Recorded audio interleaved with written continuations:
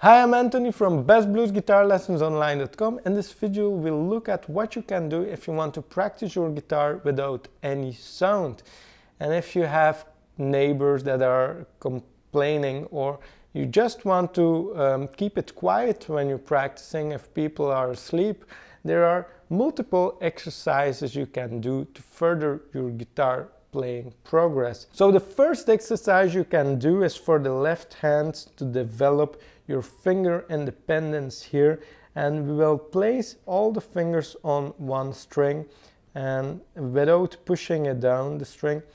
And you can see that my thumb is right around the middle finger underneath that place on the neck approximately. So once you place your fingers on the G string, there's a really good exercise you can do with each finger to further your development of the finger independence, and that is to travel with one finger to the D string in this case and go back and forth between this D string and the B string, like you see my index finger doing now.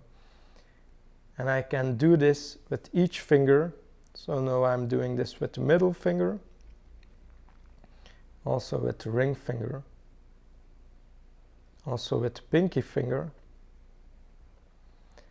And the reason why we're practicing this is not only to keep the finger that is moving in check, but also to check the other fingers. And what we want to find there is relaxation, because if I'm moving my pinky finger, for example, here, and I find that the other fingers are tensing up, and I find a lot of tension in my hand or even my arm, then I want to remove that tension by visualizing and relaxing and really spending the time to scan your body for excess muscle tension, and especially in the hand and the fingers, and then removing that tension by relaxing.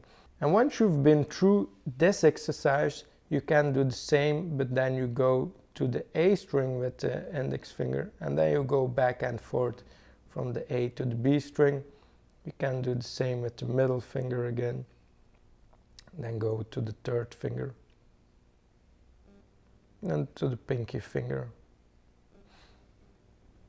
And then you can determine for yourself how far you want to stretch this, but we can go back and forth between the sixth string and even the first string, which is the most extreme version of this exercise, but there are plenty of other exercises like this as well. This is the most basic version, but we have the largest stretch from the low E to the high E string here.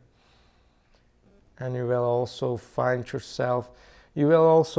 that this finger is the most difficult one, the third finger, to really get in check. And this is because we have those two fingers using the same muscle. And once you've been through this exercise, you can also play exercises for the right hand. For example, place your left hand really lightly with a light touch on the strings, and then there are all kinds of exercises you can do to develop your right hand, such as the most simple exercise. Here we are going to play down and upstroke on each string. And even if you're playing for years, you might want to check if you're able to do this at least a couple of times, like 10 times in a row, without making any mistake. So it's great to develop your accuracy of the right hand. And once you've been through exercises like this, you want to do the same without looking. So now I'm looking to the right hand, which is excellent to practice in some cases, but sometimes we need to practice it then also without looking. So now I'm doing the same exercise without looking at my right hand. So these are all great exercises you can do without making any sound, and if you like it, please leave a comment and give a thumbs up, and subscribe to the channel if you haven't already.